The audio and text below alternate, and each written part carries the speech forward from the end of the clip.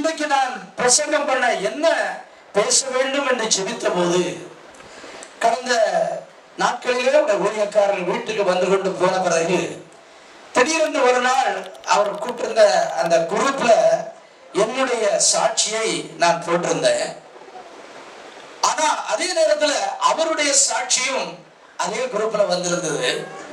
அவருடைய சாட்சியை நான் யூடியூப்ல நான் பார்த்து கொண்டிருக்கிற அதே வேளையில என்னுடைய சாட்சியும் பாஸ்டர் பார்த்து கொண்டிருந்தார் என்று சொன்னா, அப்பொழுது நான் உட்கார்ந்த போது நான் டிசைட் பண்ணேன், பாஸ்டர் கூப்பிடுறாங்களோ கூப்பிடலையோ, நமக்கு நேரம் கிடைத்தா அந்த சபையில போய் ஒரு நாள் தேவ செய்து கொடுக்கணும் என்று மனசுல முடிவு செய்திருக்கும் போது, அடுத்த தடவை பார்க்கும்போது பாஸ்டர் சொன்னாங்க, நீங்க வாங்க ஞாயிற்றுக்கிழமை ஃப்ரீயா இருந்தா என்று. அதனால இன்னைக்கு நான் உங்க மத்தியில இந்த நேரத்தில் நான் நின்று கொண்டிருக்கிறேன். இதுவும் ஆண்டவர் ஏதோ ஒரு திட்டத்தோடு இன்னைக்கு உங்களை என்னை இந்த இடத்துல கொண்டு வந்திருக்கிறார். அதிக ஜெபத்தோடு இருக்கிற கொடுக்கப்பட்ட நேரத்துக்குள்ள கர்த்தர் இந்த வசனத்தை கேட்டுக்கொண்டிருக்கிற, ஒருவேளை இந்த வசனத்துல ஆன்லைன்ல போனா பார்த்து கொண்டிருக்கிற, இல்ல இந்த யூடியூப் போய் மறுபுறமாய் சேனல்கள்ல போய் கொண்டிருக்கும் போது அதை பார்க்கிற ஜனங்கள் மத்தியில ஒரு பெரிய ஒரு விடுதலையை கர்த்தர் தருவார். வசனத்தை பேசிக் கொண்டிருக்கும் போதே நீங்க அப்படியே ஜெபத்தோடு ரிசீவ் பண்ணீங்கன்னா கர்த்தர் பெரிய காரியங்களை செய்வார். அடுத்த சில நிமிடங்கள் சில பேர்களுடைய வாழ்க்கையில ஒரு மறக்க முடியாத அனுபவத்துக்குள்ள ஆண்டவர் கொண்டு போகிறார். நீங்க விசுவாசத்தோடு இருந்தா ஸ்தோத்திரம் பண்ணிக்கொண்டே இருங்க. இந்த வசனம் அது உங்களை தேடி வந்து கொண்டிருக்கும். அந்த வசனம் நீங்க கேட்கும் போதே உங்களுக்குள்ள சில மாற்றத்தை கொண்டு வர. அல்லேலூயா. தன் பிள்ளைகளை உணர்கிறவன் யார்? தன்னுடைய பிள்ளைகளை உணர்கிறவன் யார்? சில வருஷங்களுக்கு முன்பாக குவைத் தேசத்துல சகோதரனை போல தஞ்சாவூர் பகுதியில இருந்து ஒரு சகோதரன் அங்கு வேலை செய்வதற்காக நம்மளை போல பிழைக்க வந்த ஒரு சகோதரன் குடும்பம், 2 பெண் பிள்ளைகள், சின்ன வயசு பிள்ளைகளை சின்ன வயசு வளர்த்து கொண்டிருந்தார். இதே போல ஓடி திரியக்கூடிய பருவம். ஆனா கஷ்டப்பட்டு வேலை செய்து பிள்ளைகளை வளர்ப்பதற்கு உங்களுக்கு தெரியும். ஏன்னா மிடில் ஈஸ்ட்ல வேலை செய்த பாஸ்டருடைய சாட்சி எல்லாம் கேட்டிருப்பீங்க.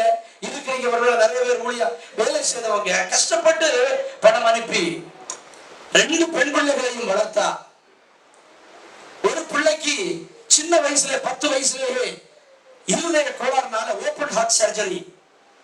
என்ன ஒரு பிள்ளை, 2வது பிள்ளை, இளைய பிள்ளை ரொம்ப செல்லமா, ஐயோ மூத்த பிள்ளைதான் ரொம்ப சிக்கா இருக்கிறா. இளைய பிள்ளைக்கு நல்ல அவர் கேட்கறதெல்லாம் கொடுத்து சின்ன வயசுலயே மொபைல் போன் எல்லாம் வாங்கி கொடுத்து ஸ்கூலுக்கு போய் காலேஜ் போய் ஒரு நாள் சொல்லுவார், என் பிள்ளை ஸ்கூலுக்கு போயிருக்கு, நல்லா படிச்சிருக்கு பாஸ்டர்.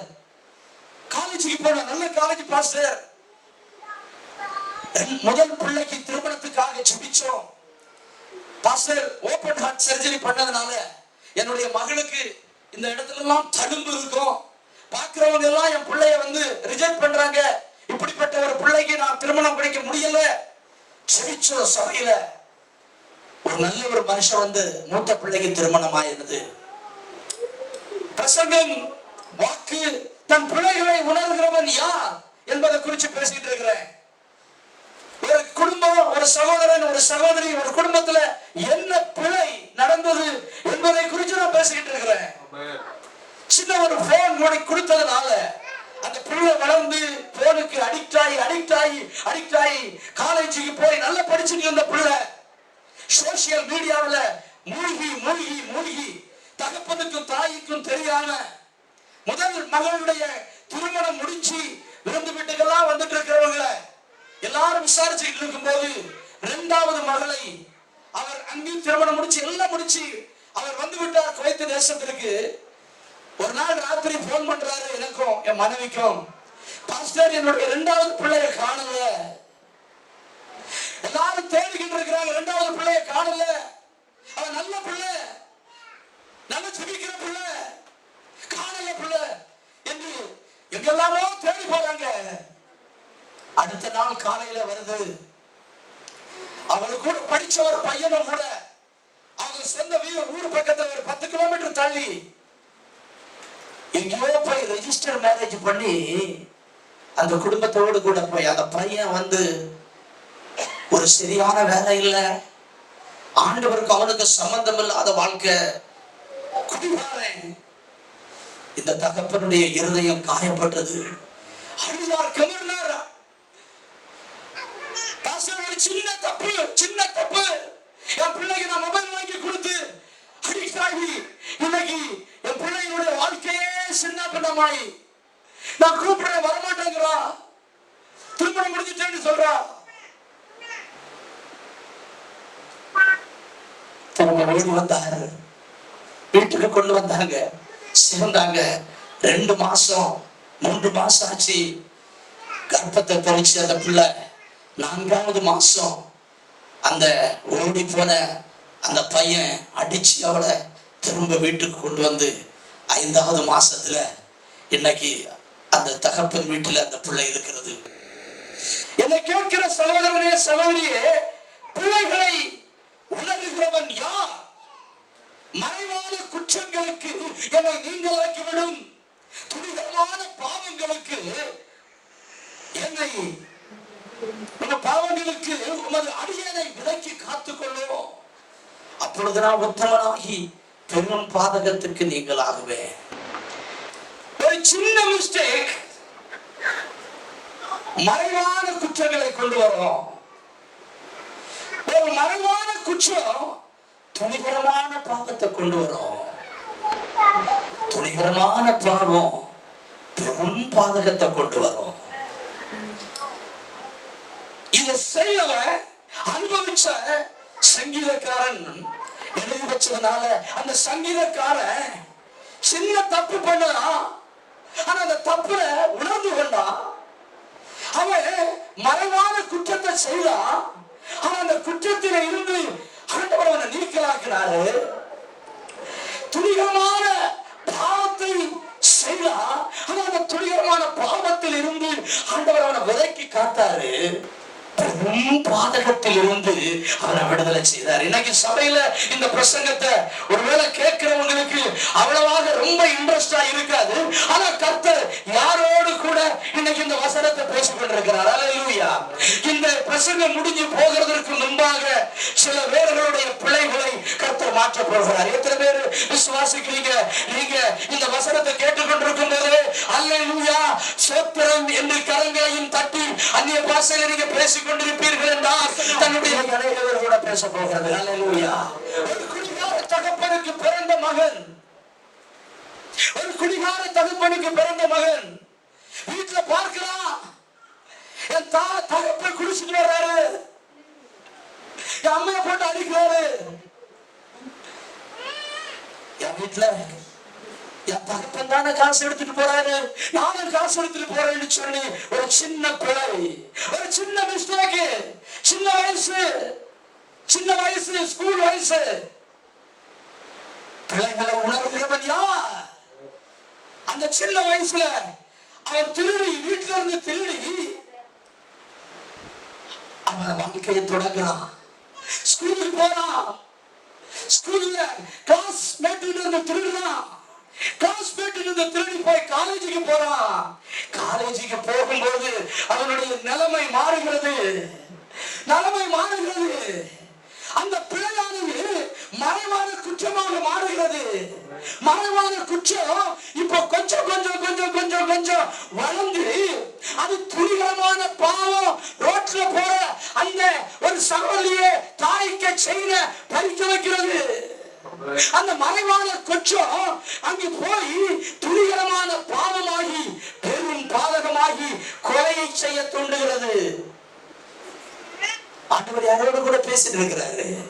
வாலிப சகோதரனே, சகோதரியே, இன்றைக்கு ஆண்டவர் நம்மோடு கூட இந்த Heaven Grace Voice Ministry மூலமாக இன்னைக்கு இந்த சபையிலே இந்த செய்தியில உன்னோடும் என்னோடும் ஆண்டவர் பேசிக் கொண்டிருக்கிறார். அமெரிக்காவில் வீட்டுல லைசன்ஸ் கொடுத்து துப்பாக்கி வாங்கி வைக்கிற பழக்கம். லைசன்ஸ் உண்டு, வீட்டுல துப்பாக்கி இருக்கிறது, ஷார்ட் கன், லாங் கன், ஆட்டோமேட்டிக் ரிஃபைல், AK-47 எல்லா வீட்லயும் இருந்துச்சு. மிலிட்டரி ஆபீசர் வீடு 12 வயசு பையன் வீட்டுல கம்ப்யூட்டர் கேம்ஸ். சின்ன பிள்ளை பாப்பேன், என் பிள்ளை கம்ப்யூட்டர் கேம்ஸ் தானே பாக்குது விட்டுருங்க. இன்னைக்கு நம்ம பிள்ளைகிட்ட மொபைல் போனை கொடுத்து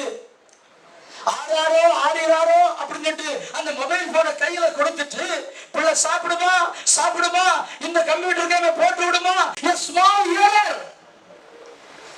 தன் பிள்ளைகளை உணர்கிறவன் யார்? அப்படிதான் அந்த ஆளு நினைச்சாரு மிலிட்டரி ஆபீசரு. 1 மணி நேரம் டெய்லி பார்க்கிறான், கொஞ்சம் கூடி மறைவான குற்றம். வீட்டை பூட்டிட்டு கம்ப்யூட்டர் கேம்ஸ் பார்க்கிறான். 1 மணி நேரம் கம்ப்யூட்டர் கேம்ஸ், 2 மணி நேரம் ஆகுது. அடுத்து ஸ்கூல் கட் பண்ணிட்டு மறைவான குற்றம் கொஞ்சம் துணிகரமாக மாறுகிறது. துணிகரமான பாவம். கிளாஸை கட் பண்றான், காலேஜை கட் பண்றான். ஒரு நாள் ஆட்டோமேட்டிக் ரிஃபைல எடுத்துட்டு கம்ப்யூட்டர் கேம்ஸ்ல இருக்கிறது போல நான் செய்யணும். நான் கம்ப்யூட்டர் கேம்ஸ்ல இன்னைக்கெல்லாம் பார்த்துட்டு வருஷ கணக்கா பார்த்தது போல நான் செய்யணும் அப்படின்னு சொல்லிட்டு ஆட்டோமேட்டிக் AK-47 ரிஃபைல லோடு பண்ணிக்கிட்டு கதவை திறந்துக்கிட்டு வெளியே வர்றான். கண்ணுல முதல்ல பார்த்தது தகப்பன், 2வது பார்த்தது தாய், 3வது பார்த்தது சகோதரி. எல்லாரையும் அந்த AK-47 சுட்டு தள்ளுறான். தன் பிள்ளைகளை உணர்கிறவன் யார்? மறைவான குற்றங்களுக்கு என்னை நீங்களாக்கும், துணிகரமான பாவங்களுக்கு உனது அடியோனை காத்திரலாம். சின்ன பிள்ளைதான் மம்மி, சின்ன பிள்ளைதான். இந்த சின்ன பென்சில் தான் எடுத்தேன், ஆபீஸ்ல இருந்து ஒரு பென் தான் எடுத்தேன். சின்ன பிள்ளை ஃப்ரெண்டு வீட்டுக்கு போறேன்மா, அப்பா ஃப்ரெண்டு வீட்டுக்கு போறேன். சின்ன பிள்ளை இதெல்லாம் அனுபவிச்சு எழுதுற தாவியில கொண்டு இன்னைக்கு நம்மோடு கூட பேசிட்டு இருக்கிறார்ல. சிறு பிள்ளை பெரிய பாதகத்துக்குள்ள கொண்டு போயிடும். எதுக்காக இந்த சபையில ஞாயிற்றுக்கிழமை தாயே, தகப்பனே, வாலிப தம்பி, தங்கச்சி, அம்மா, எதுக்கு இன்னைக்கு இந்த பிரசங்கத்தை ஆண்டவர் நமக்கு சொல்றாரு தெரியுமா? சின்ன பழம், சின்ன மிஸ்டேக் தான். திருந்துருவான், பையன் திருந்துருவான், பிள்ளை திருந்துருவான். மறைவான குற்றத்தை கொண்டு வரும். உனக்கு தெரியாது உன் பிள்ளை என்ன செய்யறான், உன் மகன் என்ன செய்யறான், உன் மகன் என்ன செய்யறான், உனக்கு தெரியாது. துணிகரமான பாவத்துக்குள்ள அடுத்த ஸ்டேஜ்ல போகும்.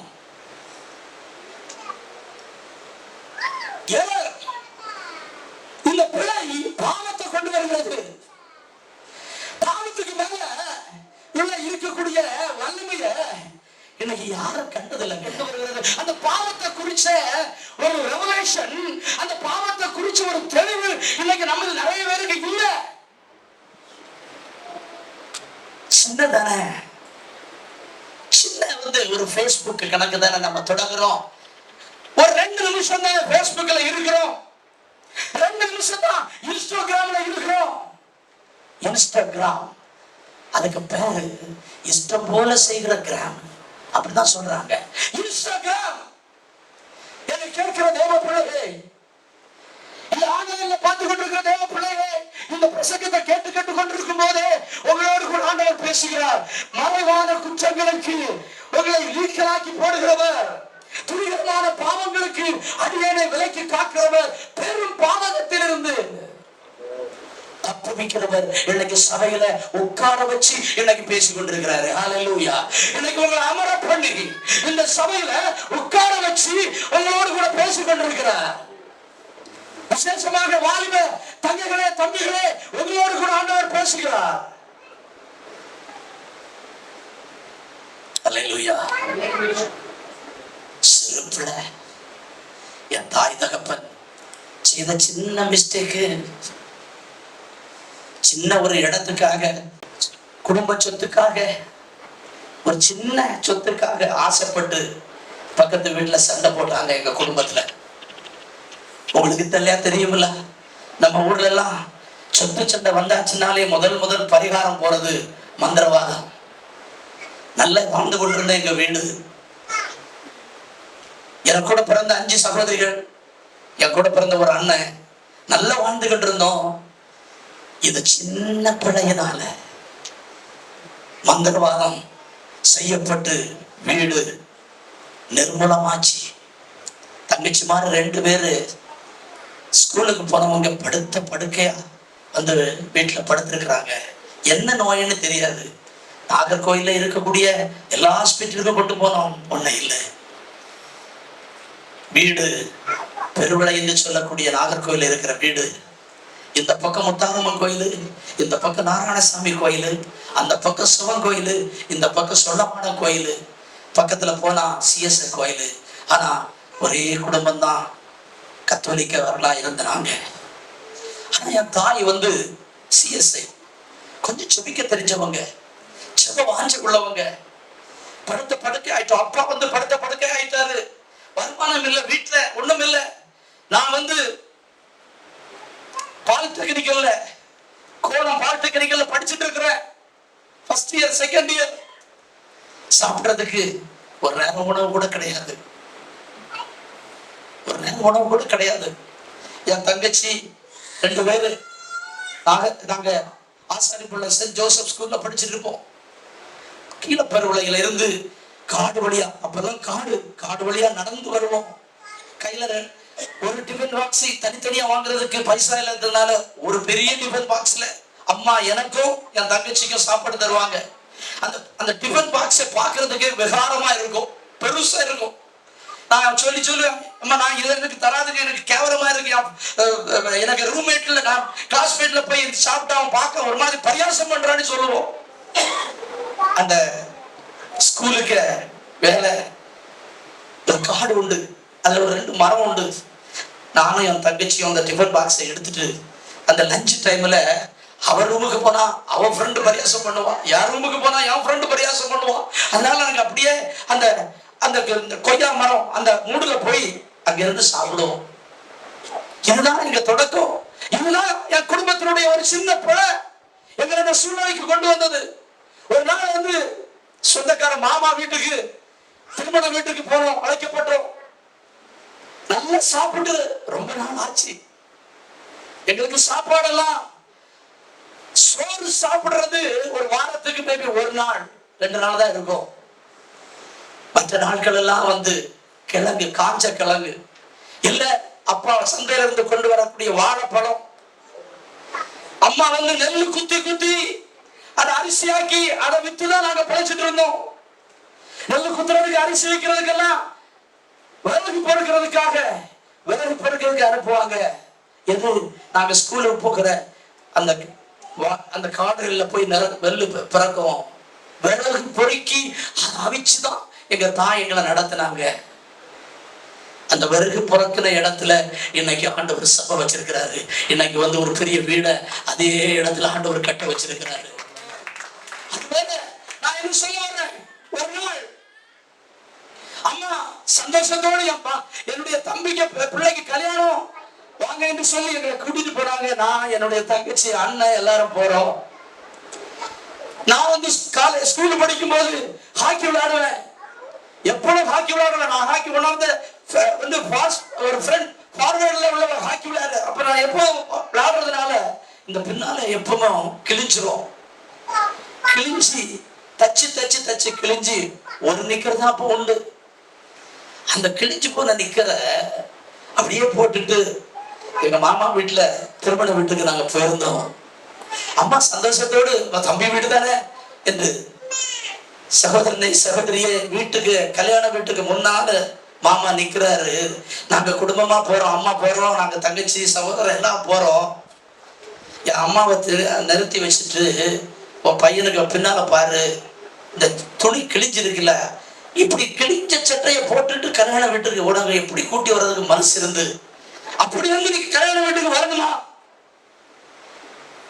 அப்படின்னுட்டு என் கண்ணு முன்னால, எனக்கு வயசு பேபி இதை போல இருக்கும், இந்த தம்பிக்கு வயசு இருக்கும், என் முன்னால என் தாயை கேட்கும்போது என் தாய் வேற ஒன்றும் சொல்லல. என் தாய்க்கு கண்ணுல இருந்து அப்படியே தர தர தர தரையா கண்ணீர் வந்துருச்சு. அந்த கண்ணீர் இன்னைக்கு என்னால மறக்க முடியாது. அந்த சின்ன வயசுல என் தாய் பட்ட அந்த வடிச்ச கண்ணீர் எனக்கு இன்னைக்கு மறக்க முடியல. அன்னைக்கு நான் ஒரு தீர்மானம் பண்ணினேன். அன்னைக்கு அந்த கல்யாண வீட்டுல நான் நின்று கொண்டு அந்த சின்ன வயசுல என் தாய இப்படி என்னுடைய சொந்த தாயினுடைய சகோதர இப்படியும் வரணுமான்னு கேட்டது என் மனசுல, என் இருதயத்துல ஒரு பயங்கரமான ஒரு தாக்கத்தை உண்டாக்கிடுச்சு.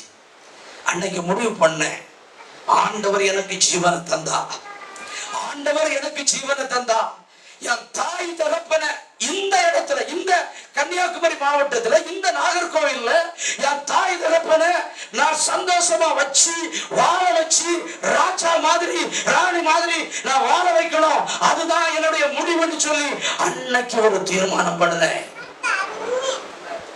படிச்ச கிருபையினால அம்மாவுடைய ஜெபம் ஒரு நாளும் மறக்கவே முடியாது. Second year third year college படிச்சுட்டு இருக்கும் போது ஒரு நாள் ராத்திரி திடீர்னு 12 மணிக்கு நான் பரீட்சைக்கு படிச்சுட்டு இருக்கிறேன். கையில ஏதோ மடமடன்னு கொஞ்சம் தண்ணி விழுந்தது மாதிரி இருந்து, வீடு ஓடு வீடு ஒழுகும், மழை இருந்தா ஒழுகும். அப்ப நான் பார்த்தேன், மழையா ஏதாவது தண்ணி ஒழுகுது அப்படின்னு பார்த்தா இல்ல, ஒழுகல, தண்ணி ஒழுகல, மழை இல்ல. பக்கத்துல பார்த்தேன், ராத்திரி 12 மணிக்கு அம்மா இருந்து, நாளைக்கு என் பிள்ளை பரீட்சைக்கு போறான், கூட கொடுத்து உடனே சாப்பிடறதுக்கு காலையில இல்லையே. கண்ணீர் விட்டு அந்த கண்ணீர் என் கையில விழுந்துங்க. கண்ணீரோடு என் தாய் செவித்த ஜெபம் எனக்கு என்னால மறக்க முடியாது. இன்னைக்கு நான் இந்த இடத்துல நான் நிக்கிறேன்னா விட்ட கண்ணீரின் ஜெபம் தான் எனக்கு இந்த இடத்துல என்னை கொண்டு வந்து நிறுத்திருக்கிறது. ஹல்லேலூயா.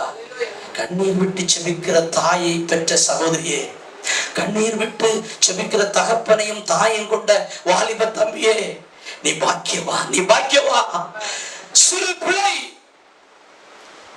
எங்க வீட்டை சூரியப்படுத்தது. ஆனா ஒரு நாள் திடீர்னு என் அம்மா செபித்துக் கொண்டிருந்த போது ஒரு ஊழியக்காரனை ஆண்டவர் அனுப்பினாரு. ஊழியக்காரன் அனுப்பி வீட்டுல செபிச்ச போது ஆண்டவர் எங்க வீட்டினுடைய நிலைமையை மாத்தினாரு. அந்த மந்திரவாத சக்திகள் எல்லாம் எங்க வீட்டை விட்டு மாறிச்சு. அம்மா இயேசு கிறிஸ்துவ உள்ளத்துல ஏற்றுக்கொண்டாங்க. படிப்படியா கொஞ்சம் கொஞ்சமா இயேசுவ நாங்க உள்ளத்துல ஏற்றோம், எங்க வாழ்க்கையில ஏற்றோம். அந்த பாரம்பரிய சபையை விட்டு மாறி உண்மையான தெய்வம் இயேசு, மெய்யான தேவன் இயேசு என்பதை ஏற்றுக்கொண்டு நாங்க செபிக்க ஆரம்பித்தோம். நாங்க ரட்சிக்கப்பட்டு ஞானஸ்நானம் எடுக்க ஆரம்பித்தோம்.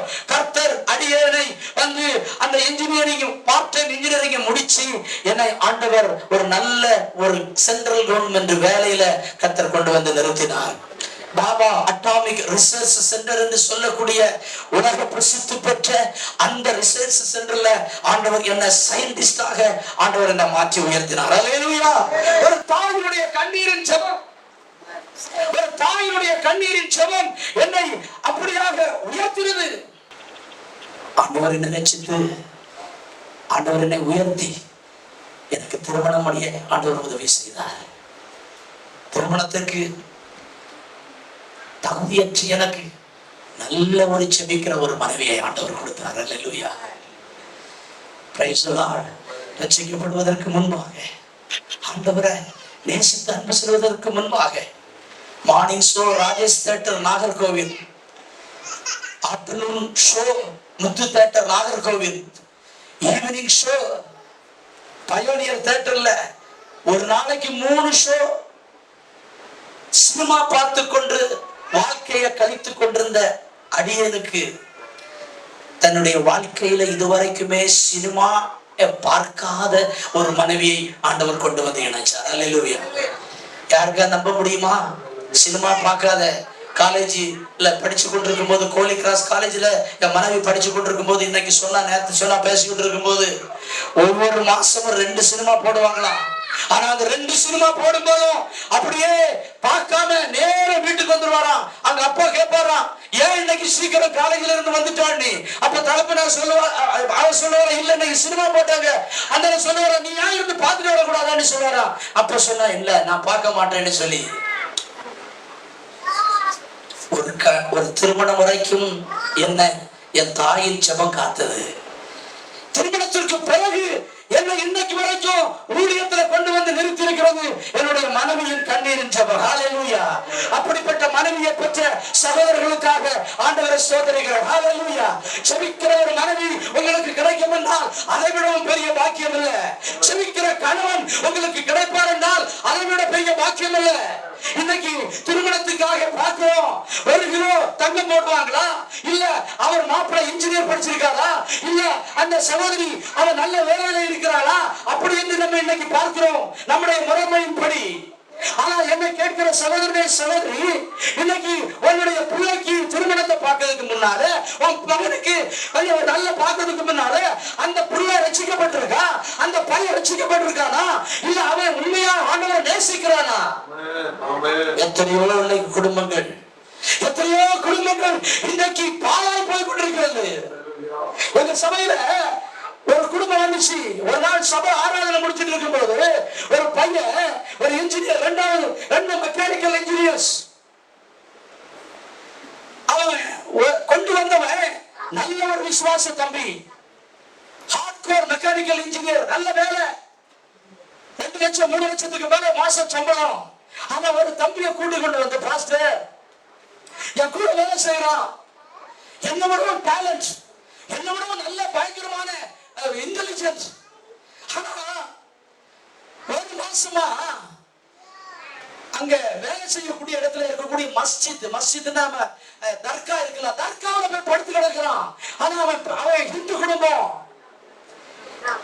இது வரைக்கும் பெஸ்ட் இன்ஜினியர் பேர் எடுத்த இவன் திடீர்னு போய் காலையில வந்து அங்க போய் படுத்துக்கிறான்னு கூப்பிட்டு நானும் மனைவியை வச்சு ஒரு 2 மணி நேரம் ஆராதனை முடிச்சு பேசணும், செபிச்சோம்.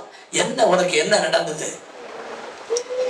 ஒய்ஃப் டாக்டர், 2 பேரும் இந்துதான், அரேஞ்ச் மேரேஜ் தான், தாய் தகப்பன் நல்ல வெல் டு டு ஃபேமிலி. இவன் வந்து டாக்டர், இவன் இன்ஜினியர். கோயத்துக்கு கூட்டிட்டு வந்துட்டான். கூட்டிட்டு வந்து இவங்களுக்கு டைம் பாஸ், சிறு பிள்ளை. நான் சிறு பிள்ளையிலே சொல்லிக்கிட்டு இருக்கிறேன். டைம் பாஸ் என்னன்னா ஆன்லைன்ல பணம் போட்டு எடுக்கிறது, ஷேர் விக்கிற வேலை. ஆன்லைன்ல அவங்க டைம் பாஸுக்கு தொடங்கின வேலை கொஞ்சம் கொஞ்சமா மறைவான கூட்டத்துக்குள்ள கொண்டு வந்தது.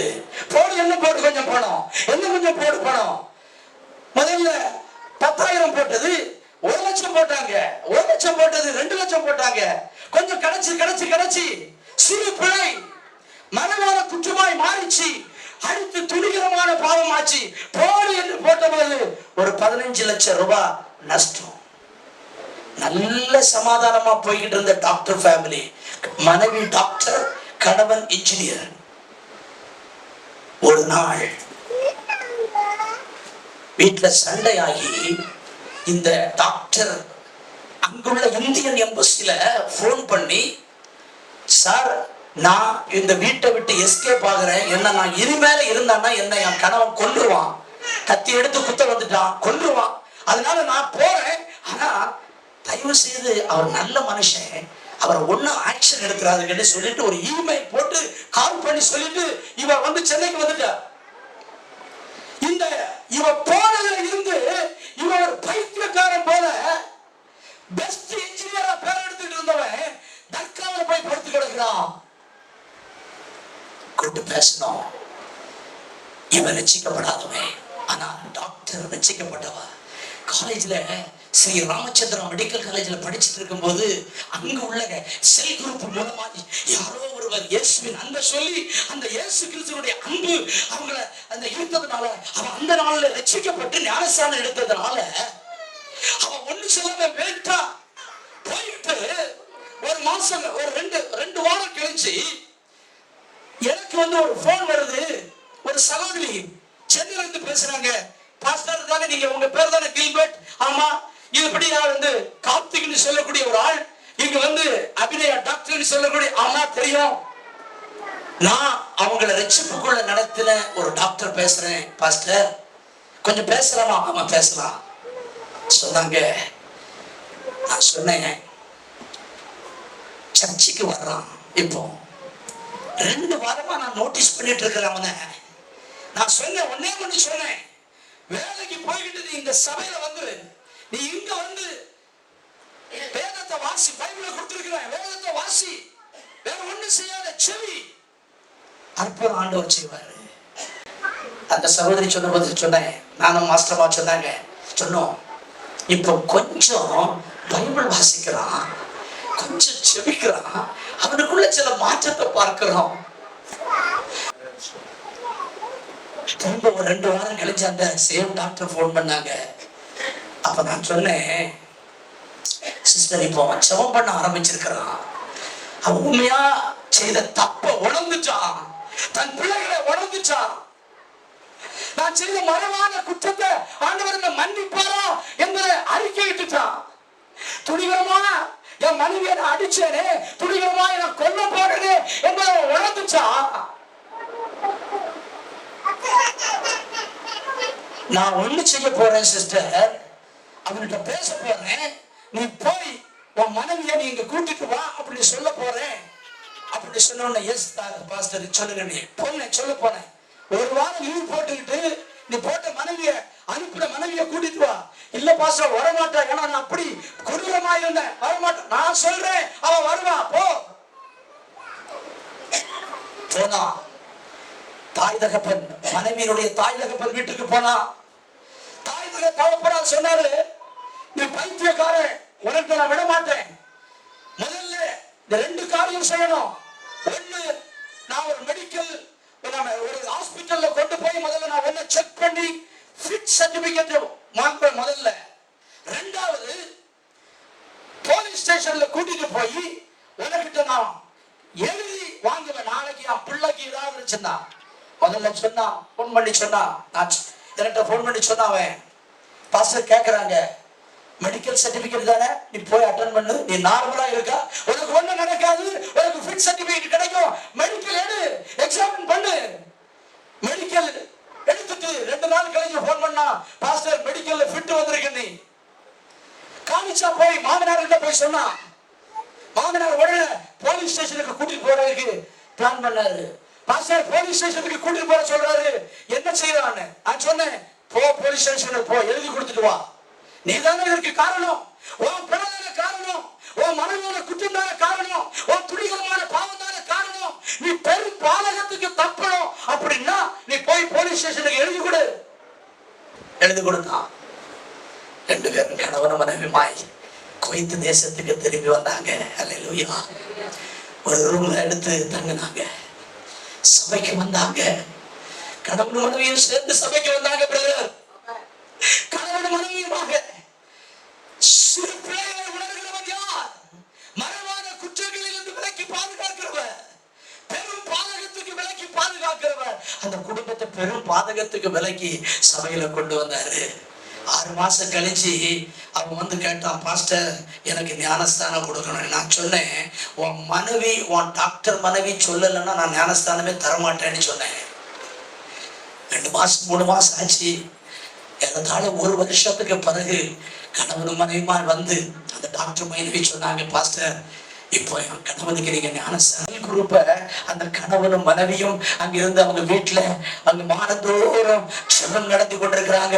எங்க சபையினுடைய ஒரு ஸ்தானாதிபதியாக அந்த இடத்துல ஆண்டவர் நிறுத்துறதற்கு காரணம், தன்னுடைய பிள்ளைகளை உணர்ந்தார்கள், குற்றங்களை உணர்ந்தார்கள், துணிகரமான பாவத்தை அவர்கள் உணர்ந்தார்கள், திரும்பினார்கள். இன்னைக்கு அப்படிப்பட்ட ஒரு சூழ்நிலையில இந்த இடத்துல யாராவது இருப்பீங்கன்னா, நான் 1 நிமிஷம் இப்பொழுது நான் உங்களுக்காக அப்படியே கண்களை மூடிக்கொள்ளுங்க. அந்த நேரத்துல அப்படியே, ஆண்டவரே என்கிட்ட ஒரு சின்ன பிழை இருக்கப்பா, ஒருவேளை அந்த சின்ன பிழை என் வாழ்க்கையே ஆண்டவரே மறைவான குற்றத்துக்குள்ள கொண்டு போகிறதப்பா, ஆண்டவரே என் சிறு பிள்ளைகளை நீர் மன்னிப்பீராக. சொல்லி கேளுங்க, சொல்லி கேளுங்க. அப்படியே செபிப்போம். ஆண்டவரே சின்ன பிழை, என் பார்வைக்கு அது சின்ன மிஸ்டேக்கா இருக்கிறது, ஆனா அது அடுத்தது ஒரு பெரிய மறைவான குற்றத்தை கொண்டு வந்துடும். அதுக்கு விடாதபடி அந்த சின்ன பிழையில இருந்து என்னை விடுவீங்க. இந்த வாலிப தங்கச்சிய விடுவீங்க, வாலிப தம்பியை நீங்க விடுவீங்க. தூர இடத்துல இருந்து பார்த்து கொண்டிருக்கிற ஆண்டவரை அந்த சிறு பிழையை செய்து கொண்டிருக்கிற எங்க பிள்ளைகளை மன்னிங்க ஏசப்பா. நீங்க மன்னிச்சு பெரும் பாதகத்துக்கு தப்பி காத்துக்கொள்ளுங்க ஆண்டவருக்கு. ஜெபத்தை கேட்டார் சொல்றவங்க மட்டும் நல்ல கையை தட்டி ஆண்டவரை மகிமைப்படுத்துங்க. ஹல்லேலூயா. மறைவான குற்றம், சீக்ரெட் ஃபால்ட் அப்படின்னு ஆங்கிலத்துல சொல்றது. பிள்ளைகளை உணர்கிறவன் யார்? மறைவான குற்றம். நம்முடைய பாவங்களை, நம்ம மறைவான குற்றத்தை இயேசுவே ஒரு சின்ன மிஸ்டேக் தான், ஆனா இன்னைக்கு ஒரு மறைவான பாவத்துக்குள்ள என்னை கொண்டு வந்து விட்டுட்டுப்பா. அந்த மறைவான பாவத்துல இருந்து என்ன மீட்க முடியல.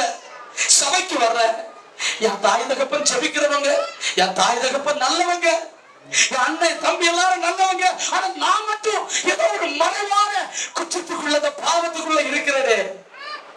அதனால ஆண்டவரே போன மாசம் போன வருஷம் படிச்ச பாடம் கூட எனக்கு மனசுக்குள்ள நிக்கலையே.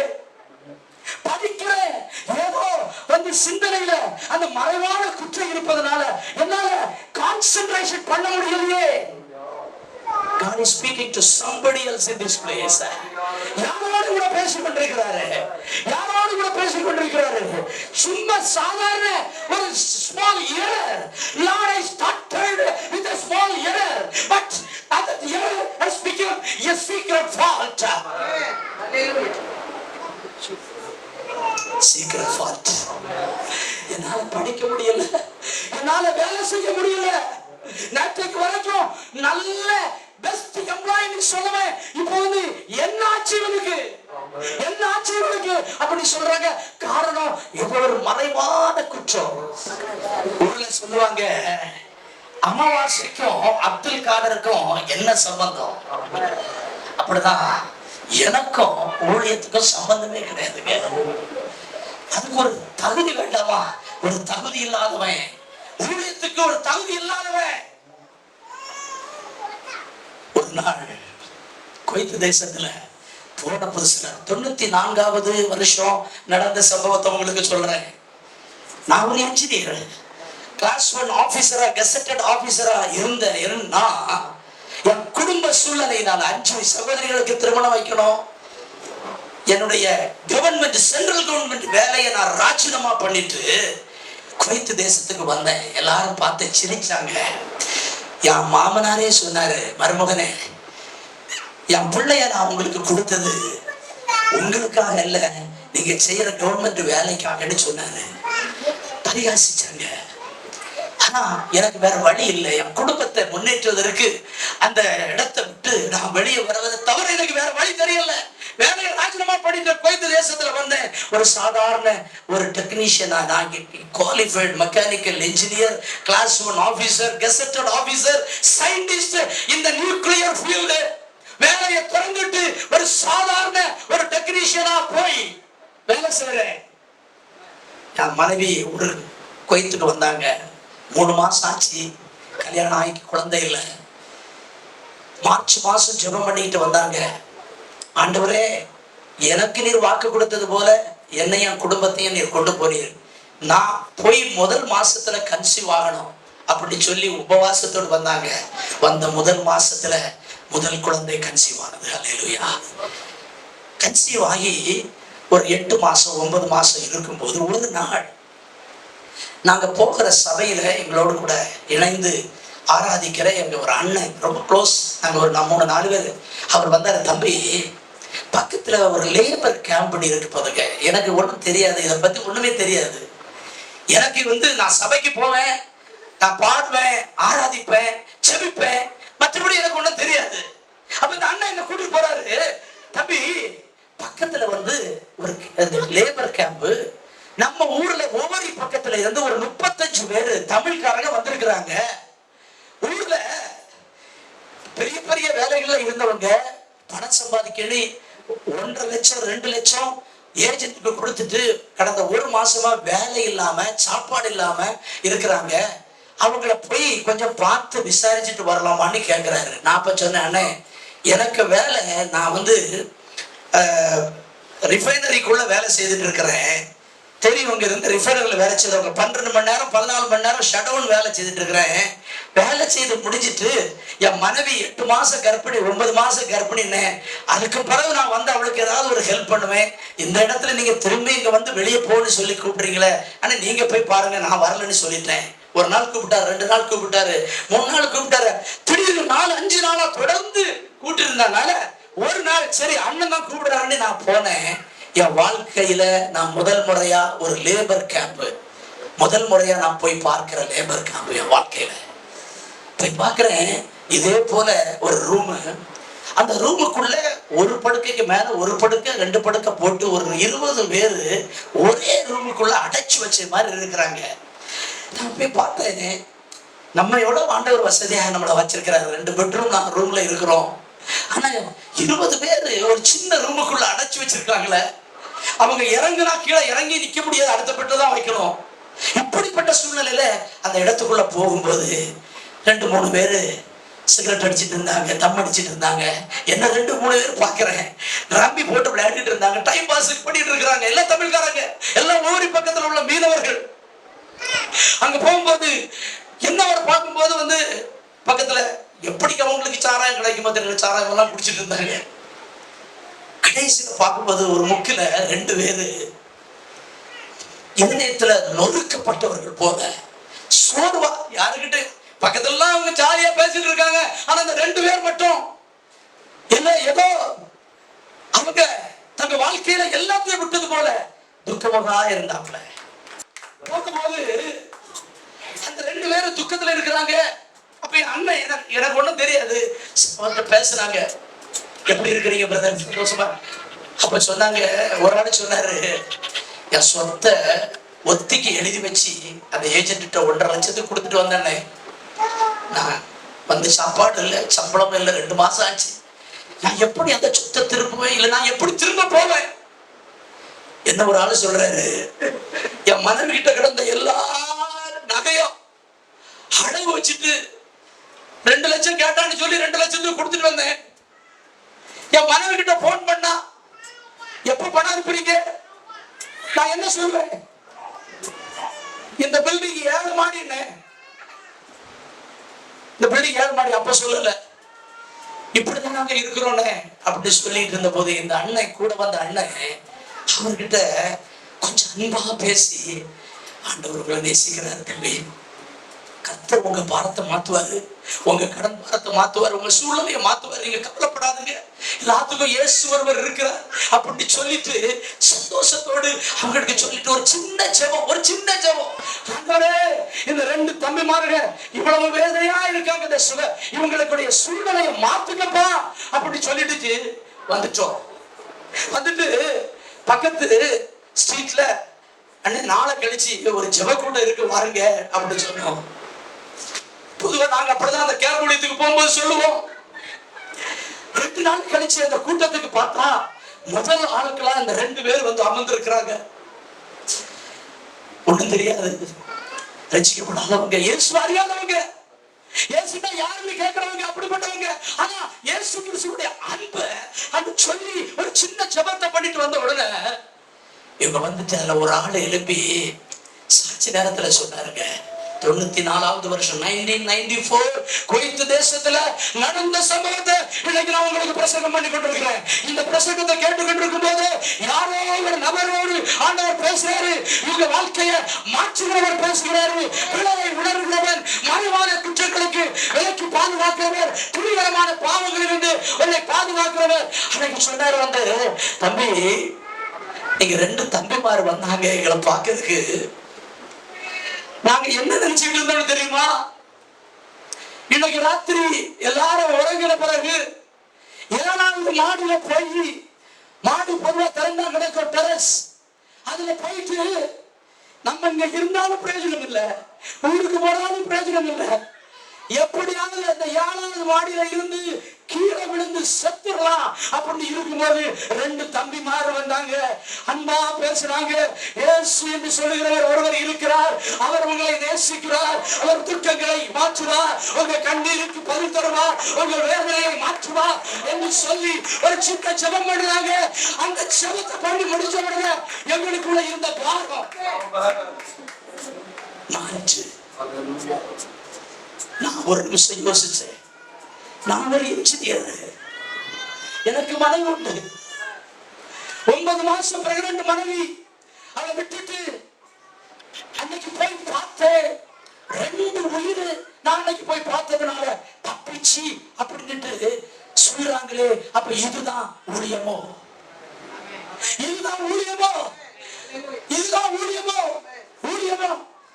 எனக்கு சம்பந்தமே இல்லை.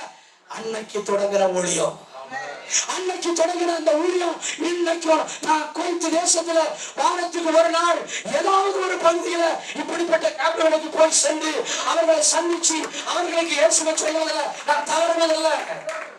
பிழைகளை உணர்கிறவன், மறைவான குற்றங்கள், துணிகரமான பாவம், துணிகரமா ஏதாவது பாவம் செய்திருந்தா ஒரு நிமிஷம் கைகளை உயர்த்தி, ஆண்டவரே என் தாய் தகப்பனுக்கு விரோதமா நான் துணிகரமா, என் மனைவிக்கு விரோதமா நான் துணிகரமா, என் கணவனுக்கு விரோதமா நான் துணிகரமா, என் சபைக்கு விரோதமா நான் துணிகரமா, என் பிள்ளைகளுக்கு விரோதமா நான் துணிகரமா ஏதாவது பாவம் செய்துகிட்டு இருந்தா இப்ப ஒரு நிமிஷம் கண்ணை மூடி அப்படியே வலது கரத்தை உயர்த்தி, ஆண்டவரே இன்னைக்கு இந்த ரெவன் வாய்ஸ் மினிஸ்ட்ரி, இந்த மினிஸ்ட்ரியில இந்த பிரசங்கத்தை கேட்டுக்கொண்டிருக்கிற ஆண்டவரே, துணிகரமான பாவத்துல உங்களுடைய பிள்ளைகள் யாராவது இருப்பார்கள் என்றா இப்ப ஒரு நிமிஷம் ஆண்டவரே இந்த துணிகரமான பாவங்களை இவர்களுக்கு மன்னித்து, ஆண்டவரே இவர்கள் பெரும் பாதகத்துக்குள்ள சிக்கிவிடாதபடி, பெரும் பாதகத்துக்குள்ள இவர்கள் சிக்கிவிடாதபடி இவர்களை காத்துக் கொள்வீராக.